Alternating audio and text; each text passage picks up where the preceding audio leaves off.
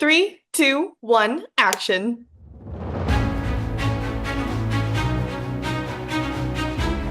Welcome back to episode 36 of As Seen on Screen. I'm Nicole. I'm Gracie, and we're your source for all things entertainment news, reviews, interviews, and more. You can find us wherever you get your podcasts on Spotify and YouTube. Well, welcome back to another week on the show. Thank you so much for joining us again. We're happy that you're here. We have tons of fun news to go over today and a lot of upcoming releases actually this week between movie theaters and streaming. So let's jump right into it, starting in New York City on the Today Show, specifically today with Jenna or Hoda and Jenna. Hoda did retire last week on January 10th, and since then, there have been a line of new co-hosts coming through the doors for the new updated show Today with Jenna and Friends. So this past week, beginning on the 13th, the show saw Taraji P. Henson, Kiki Palmer, Eva Longoria, and Michelle Buteau guest hosting alongside Jenna. They are trying to find a new host, so they're kind of referring to it as her dating. She keeps saying, I've been dated since when I met my husband, so it's kind of like I'm dating again to find a new co-host, which is kind of funny. But joining her next week on the 21st is actress Scarlett Johansson. She will be in Studio 1A, so it's very exciting to see all these different people going through. It's funny to see their different personality mesh when they're co-hosting the show. I mean, I'm sure it can't be easy to step into that role and for Jenna to not have like to prepare every single day for someone new. I'm sure is also a lot. So it's very interesting watching these clips, and I hope she's able to find someone that she is compatible with. This is my petition for Megan Trainor to be the new host with Jenna. Because if you know Megan Trainor and the Today Show, you'll know that she has a long and loving relationship with them, where she started out when she was first starting her career with this show, and they've had her on basically every year since. And every time she goes on, it's just laughs and love. And she actually wrote the theme song for Jenna and Hoda when they were still together. So I think that her love for this show and the people on it is just phenomenal. So I think we should test that theory out and get her in the co-host chair. Because we're trying out other people. Might as well open it to musicians as well. I love that. We gotta send this petition in now so you can get Miss Megan Trainor on the chair with Jenna. I'm gonna post this to my story on Instagram and tag Megan Trainor and hope that all of her team sees this. Actually, I know she's down to co-host. She's openly said like I want to be on the show. This is more so for the Today Show. This is my petition for you guys to answer that call and get Miss Girl on this chair, please. Real. Moving in, what do we have next, Gracie? Something we talk about a lot on this show is remakes, redos, all of that good stuff. Basically, unoriginal stuff. But on that point, if you're a fan of the movie Holes, we now have a Holes TV series that has been picked up to pilot at Disney Plus. As of right now, not a lot is known about if it's going to be an exact remake just in TV form of the movie and the book, obviously. But, I'm kind of interested to see what they do. It is always hard to take such a beloved movie and such a beloved book and make another adaptation of it. So, I don't know. What do you think of this? I feel like Holes is such a fever dream because I vividly True. remember reading it and I remember watching the movie when I was in elementary school. I'm trying to think back to like what is this exactly going to premise on? Because like I'm gonna obviously be so the honest. I book only and the watched it once. yeah, like they were digging for the treasure, and I remember the one scene I vividly remember is the holes like all over the place, like they kept digging and digging and digging. But I'm just having a hard time figuring out where they're going to pick up a TV show premise for this because it has to go on for however many episodes. But I mean, hey, bringing a beloved book from our generation, I forget exactly when the book came out, but I believe it was also a little bit before our generation too, and introducing it to a new generation of kids is interesting. I hope they can do it well. But yeah, until we know more about it, it's kind of hard to decipher how good this will be picked up because I'm just struggling to figure out where they're coming up with the whole TV show premise. As we were talking about what a fever dream this is, I Googled what it's about, specifically the 2003 movie, not the book, because the movie's the fever dream, let's be honest. Um, so Holes follows a boy who is wrongfully sent to a brutal camp where the camp warden and her staff force the children in their care to mysteriously dig holes all day long in the desert. Their rehabilitation is questioned as they think something sinister is involved. So basically, this film is about child labor. Wow, that was a great summary. Thank you. Yeah, that's real. But like these adults are forcing children to dig holes in the desert with no water, no food all day. That is a horrible camp. Because now I can't remember how it ended. Now it's bothering He me. broke some sort of curse, I believe. Yeah, and they found the chest full with like the jewels and everything eventually. So I think they were just trying to use these kids to ultimately find this treasure and that curse that was on it. I don't know. I just remember the chest. I just remember one scene with a scorpion, and that's pretty much it. So I guess we're gonna have to find out what the premise of this TV show is a little later down the line when they actually announce a plot for this pilot with Disney Plus. I mean, you never know. I mean, clearly there's an idea there if they're already have a pilot through. I'm just like, what is it? Is it going to be like a direct? I mean, it's an adaptation of the book, so I guess it has to Well, be is it direct. an adaptation or is it one of those ones where they go, oh, here's a few years after when all the kids have had kids and blah, blah. So, We'll see. We'll see. I mean, that'd be kind of messed up if the kids that dug the holes decided to send their kids. We'll Eh, talk about this more when we have more information about it. But moving on into another interesting announcement we had last week. Armie Hammer landed the lead role in UWE Bowl's vigilante thriller titled The Dark Knight. Not to be mistaken with Batman, The Dark Knight.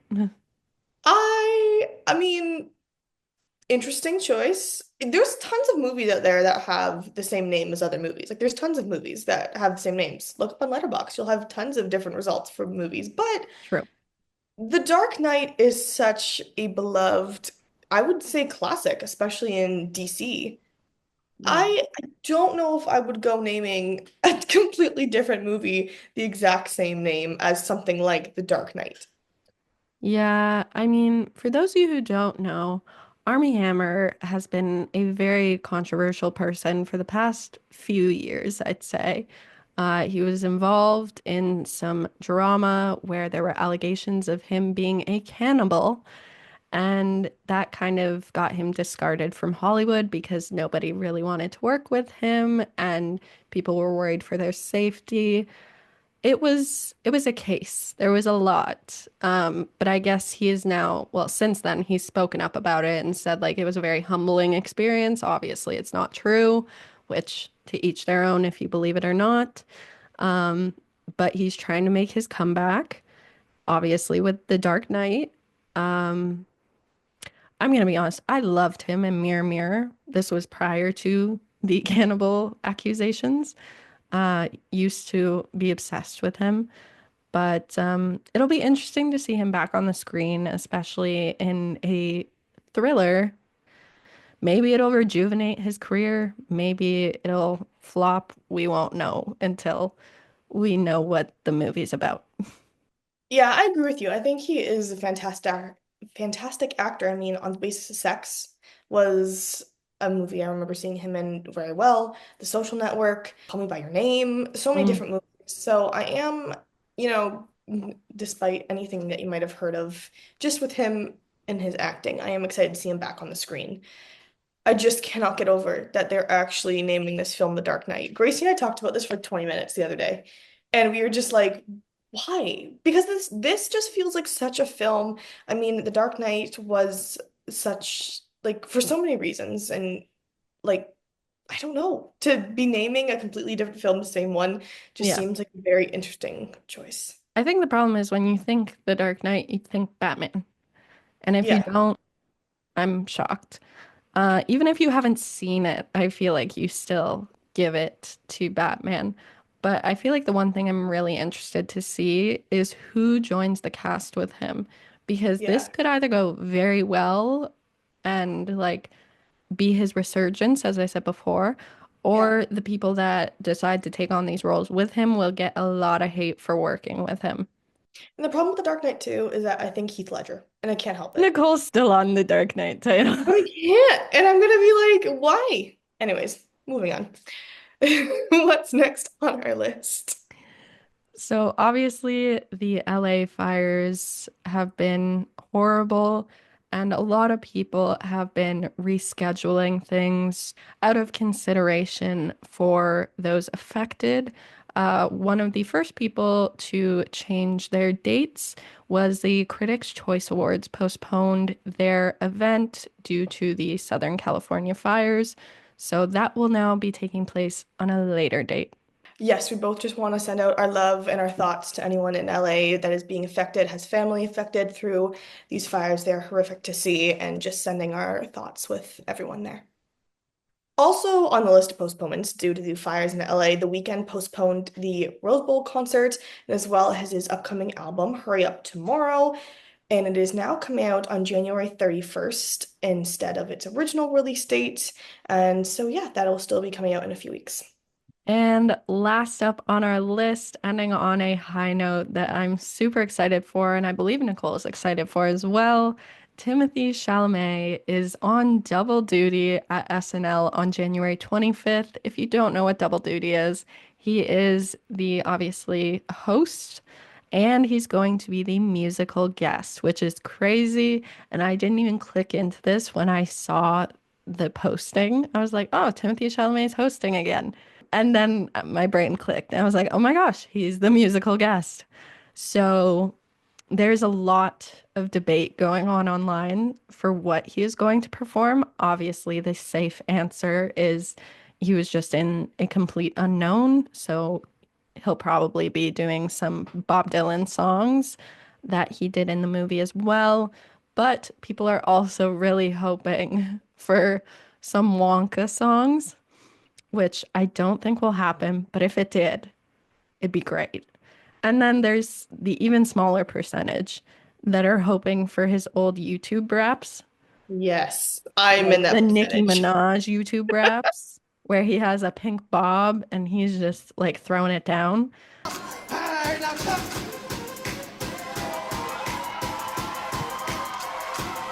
now y'all see me in the hallway, you know I hear my Dougie.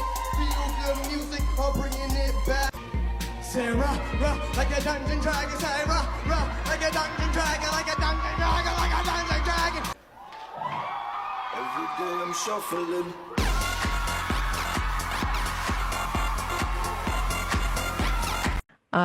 All of those are valid answers and hopes, but I do think it's gonna go towards Bob Dylan.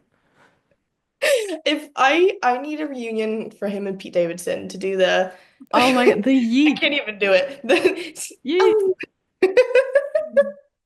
You know what? It doesn't even surprise me that he's a musical guest now because I think back to him and Marcelo Hernandez doing the what was it? The Babyface song, Yes, and they yes. popped off with that. I miss some Timmy Tim. I miss the old rapping. And So his rap, you know that that music video he made for his school project? yes, Oh my I God, need that that playing in the was background while he's performing, yep, just as yep. like a video. But I think my hunch is telling me It's it's gonna be Bob gonna Dylan. be Bob It's gonna Dylan. be Bob Dylan. But I'm I also think, thinking he might bring Bob Dylan with him. yeah. And I also think they could do a skit, like poking fun at it, because so many Mhm. people are like poking at fun at like his other stuff, not Bob Dylan.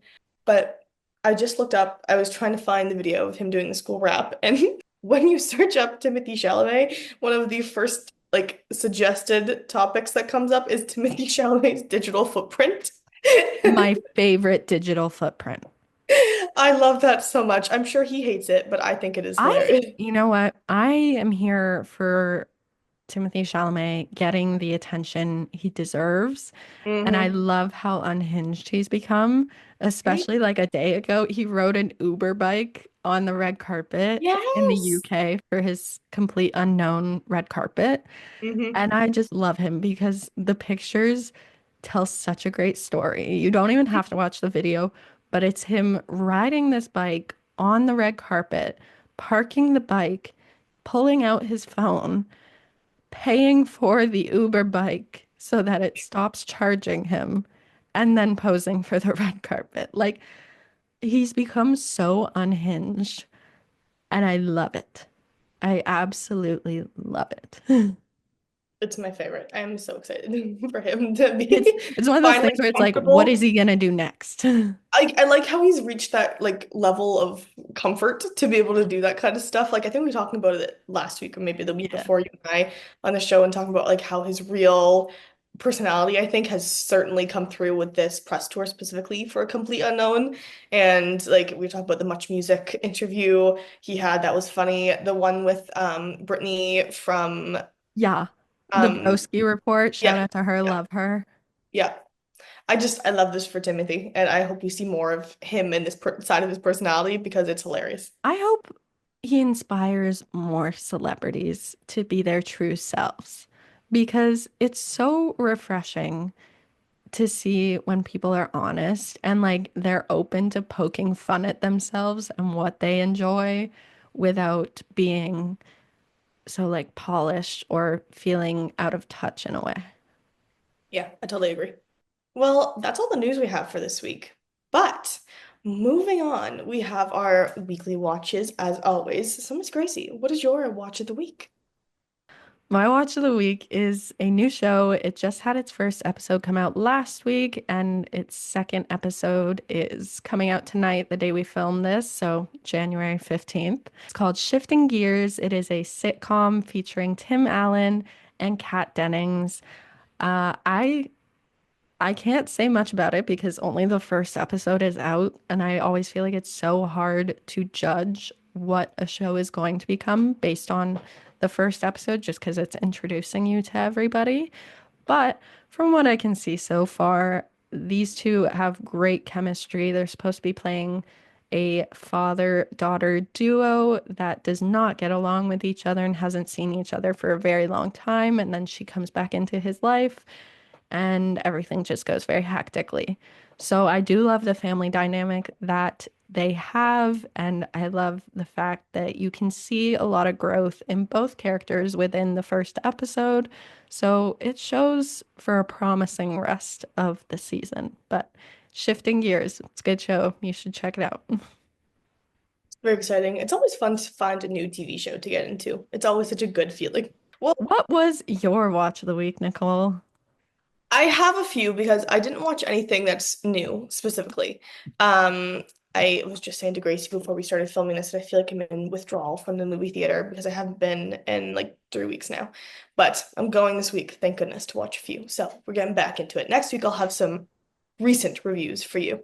But for this week, I decided to watch all three of the To All the Boys I've Loved Before movies because I love them so much. They bring me back to such a weird place in my life of because when What, 2015? the first one came out in 2018. So It like really, grade it feels, nine. it has the essence of 2015, if you know what I mean. I was in, oh, actually, maybe I was in grade eight because this probably came out in February, like around Valentine's Day, I think. So I think I was in grade Yeah. eight. Yeah. So anyhow, grade eight. And then the next one came out, no, the last one came out when I was in grade 11. So like when I watch them now, I'm like, gosh, the first time I watched this, it was such a weird, different mindset than I have now. So watching them back now, I'm like, wow, younger me was very naive. But you know what? I love these movies because they are so unrealistic. And that's something I love about them because you know what? I feel in my heart that rom-coms are made because like We you need to lower our expectations. you know what? You watch them and you're like, yeah, I I believe in love. believe in love. I believe And in love then you still. walk outside and you're like, maybe not. No, but you know what? They're cute. I get it.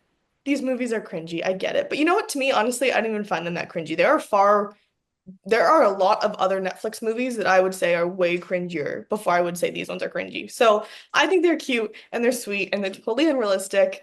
And I love Lana Condor, so I think she's just such a cutie pie in this movie. So, the three movies. So, I watched all three of those this past week, and I don't regret it at all. Honestly, I want to watch them again for some reason. I don't know why.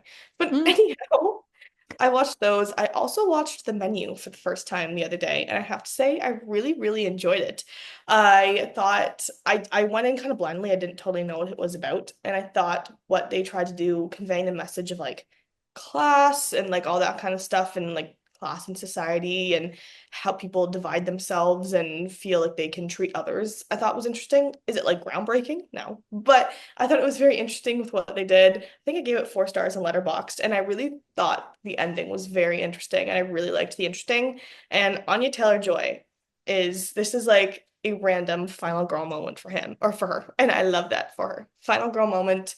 Anya Taylor-Joy, she killed it in that role, and I She, hated Nicole Holt in this movie, which is I think what we're supposed to hate, but hated that cutie pie for this one. But overall, it's been a decent week of watching movies over here on my couch for streaming. love that. Love when it's a good week for us. But moving on, what was your song of the week, Nicole? I went and saw Keith Urban in Toronto on Monday night. He was playing at the Horseshoe Tavern, which, if you don't know Toronto, it is a very, well, it's a very popular bar, but it's small. It's not a big one venue at all. I think it was like 460 people was the capacity for it. So I love Keith Urban. It was my second time seeing him live in the past few years. He has his album that came out last year that he's going on a world tour for this year, and he's coming back to Toronto and doing a full leg in Canada, also throughout September. He's coming to Toronto in June. And the album's called High. So I was listening to that a lot this week because I was trying to get ready for him when I saw him on Monday, and making sure I knew all the newest songs. But I love Keith Urban. He's one of the country singers that I really grew up on, that my parents had me growing up on with country music, because I've been listening to country music ever since I can remember listening to music. So Keith Urban has definitely been there for the long haul, and I love him. He is such a fantastic performer. He puts on such incredible shows. He brought up these two guys at the show the other night. They were in the very front, and the one had a phone holding up, "Can I play guitar for you?" And the other one was asking, "Can I sing?" And he's like, "Can you guys actually sing and play guitar?" And they're like, "Yeah." So they brought them up, and then they started talking about how they actually played somebody. I think they sang "Somebody Like You." I think that's what they sang. And they're like, "We actually sang this and played guitar for this song on the same stage like a little while ago when they were, because they were a band." And so they were like, "We actually played this song a few weeks ago, whatever, here." And then they got up and played it with Keith Urban, and they were really good. They were really good. So that was really cool. Always Another, nice when people in the crowd aren't actually lying about being good at right? something. He literally said as they were getting up there, like, "You guys are brave. You better not you better not be disappointing us." And no, they were incredible. And they came up there. Keith Urban also took someone else's phone, and this mom was FaceTiming her daughter who goes to Humber College. And he's like, "So where are you tonight?" She's like, "I'm at school." And he's like, "Well, clearly you're not studying how to be at the bars on a Monday night." And so he had a few minute conversation with her. It was just such a fun show, and he puts out such an electric vibe, and especially being in such a small venue like that, it was really cool. And his guitar skills, like I would vouch that he's one of the best guitar players currently right now in music, and has been for a very long time. Certainly one of the very best guitar players in country music, I would say, ever. So it's always really cool to see him live. And yeah, that was a lot of fun. So my very long answer to your question of what was my song of the week was just Keith Urban in general. What was your song of the week? I was in a bit of a throwback mood. I love myself some 5 Seconds of Summer. So We were listening to that when you were here. Sorry, I'm I sorry. love 5 Seconds of Summer. I used to be obsessed with them.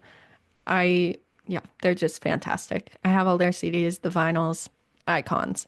But that was also like the phase of boy bands too, like One Direction, The The Vamp. Wanted, The Vamps, yeah. But anyway, my answer to your question is their album Calm is so good, and I don't know why it just like clicked in my mind and I remembered it existed. So I pulled it up and I really love the song No Shame. I believe it was their lead single off that album, but that whole album is just such a good vibe. So many hidden gems that people still don't appreciate. So I was blasting it in the car, just having a good time and I love it. missing the days of boy bands that the closest I've gotten to a new boy band has literally been August Moon, and they're not even real. So Nicholas Gall's teen mention done. I did my mention. Yeah, no, I'm still sad they haven't announced a tour or anything, but that's a story for another day. You know what? Now, every time we talk about that, we were really lucky in the generation that we grew up in to have like We One were Direction, 5 Seconds Summer, the Vamps. Why don't hit we? Like, after hit. all at the same time. Yeah. You know what really humbles me though, when I go on like TikTok or Instagram and I see people posting, they're like, oh, to be a teen in like 2015, 2016 with One Direction and blah, blah, blah. And I'm like, are we that old that like new generations are like, oh, I wish I lived in that era of boy bands? They are aware it's only 2025, right? I'm like, I mean, yes, music wise, but like everything else. I mean, we had the Hunger Games, Divergent, Harry Potter, all that good stuff. So You're I like I get it, but like also dystopian boy bands, that's like literally the only way to describe dystopian boy bands. oh man. And anyone who's watching this that like grew up in the 90s and the 80s is gonna be like, what are you talking about? You were not the lucky ones. Everyone had a different era that just stuck. And I keep bringing up 2016 because whenever you ask like our generation what was a good year, 90% of the time people say 2015, 2016. Don't know Yeah. why, but it's just solidified in our brain. Yeah. As for like, and then older generations have like the 90s, the 80s, the 70s. They were just doing every year something new. But Yeah. as we get older and as time progresses, I guess there's less and less of new stuff coming out because we see all the repetitiveness, all the remakes. So I don't know. I'm excited to see what the next big year will be. I mean, other than 2020, that was for depressing reasons, but You yeah. know what era we were also really lucky to grow up in? The prime Disney Channel era. My friend Oh, Julia made a TikTok the other day, and it was like someone had edited all the shows together in a big edit because Disney Channel is kind of no longer, basically. yeah. Um, and I was like, wow, you know what? I'm so glad we grew up in the Family Channel and Disney Channel Mhm. era because, like, specifically for me, I remember watching like Liz. I was kind of just on the outskirts of like watching like Lizzie McGuire, Mhm. That's So Raven, like that kind of stuff. And I really grew up specifically more with like Good Luck Charlie and Jesse and Shake It Wizards Up, of Waverly Place. Wizards of Waverly Place. Yeah, like all those shows. And man, what a time. I just remember you would find the absolute bangers in between each show because they used to play music videos. Mm-hmm. And Mm-hmm. that was the best. Or even like the next star. Do you remember that? Yeah. That we thought they were going places. We were like, this is the next person. And in fairness, some of them did. Some of them are still making music, and that's fantastic. I actually know one of the people who was on that show, and he's still making music. Shout Love out it. to Rylan James. You're amazing. Miss you. Yeah, it's interesting to see how Family Channel and like TV shows and movies and music have grown within a few years. It is. That is our long-winded rant about absolutely That nothing. started on music. I still don't remember how we How got did we it. get to Family Channel from music? That was my bad. Anyways, moving into the last segment of our show today, as always, upcoming releases starting today, January 16th. We have, oh, this is funny that I brought this up. Exo Kitty Season 2, which is a series. It is a Netflix original. Exo Kitty, Kitty is the sister of Laura Jean, who is the title character in the To All the Boys I've Loved Before movies. So that is like the little spin-off series of the movies. So yes, Season 2 is premiering today on Netflix. Also on January 16th, we have SNL 50 Beyond Saturday Night docu-series, which will be on Peacock. We talked a bit about this last week, but if you're into docu-series and SNL, this is the perfect watch for you. Over on Max, we have the series Harley Quinn premiering its fifth season. On Prime Video, we have the new movie Unstoppable, which is also coming out January 16th. And rounding out January 16th, also on Prime Video, we have the movie The Calendar Killer. Moving on to January 17th, we have Wolfman, which is making its theatrical release, and I believe it's one of the movies Nicole is going to see this week. Friday night, you will find me in theater for Wolfman. I'm very excited about this film. It's gotten solid reviews so far from early critic screenings, so I'm excited to see what's up with that one. But also coming to theaters tomorrow on the 17th is One of Them Days. I do want to see that one, so maybe you'll go see Wolfman and I'll go see that instead. You know what? We'll do a double screening and we'll pull each other to the two movies. I mean, I want to see both of them, but I feel like me getting into Wolfman is less um less chancing happening. Also, January 17th, we have The Last Showgirl, which is having its theatrical release. I will say about the last Showgirl, I saw that at TIFF last year. I thought it was a solid film.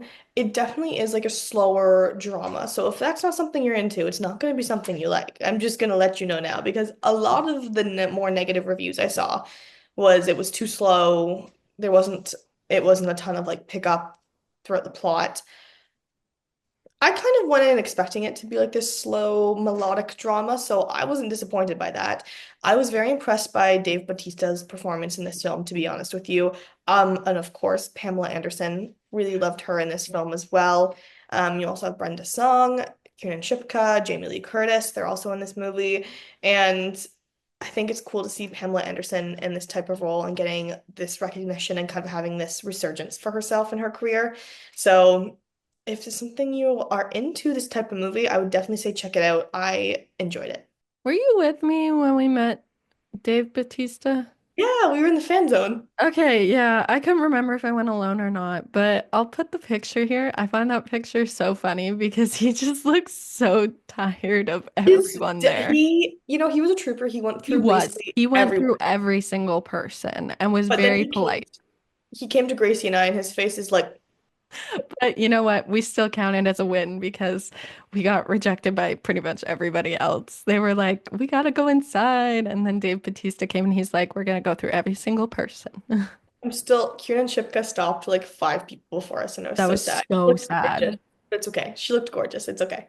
True. Yeah. And But then, oh, the drama with Jamie Lee Curtis not coming over. people And then started the booing photographer's getting her. mad. Yeah. Crazy. Do not be that person. Everyone in the fan zone will not like you if you're mean to the celebrities.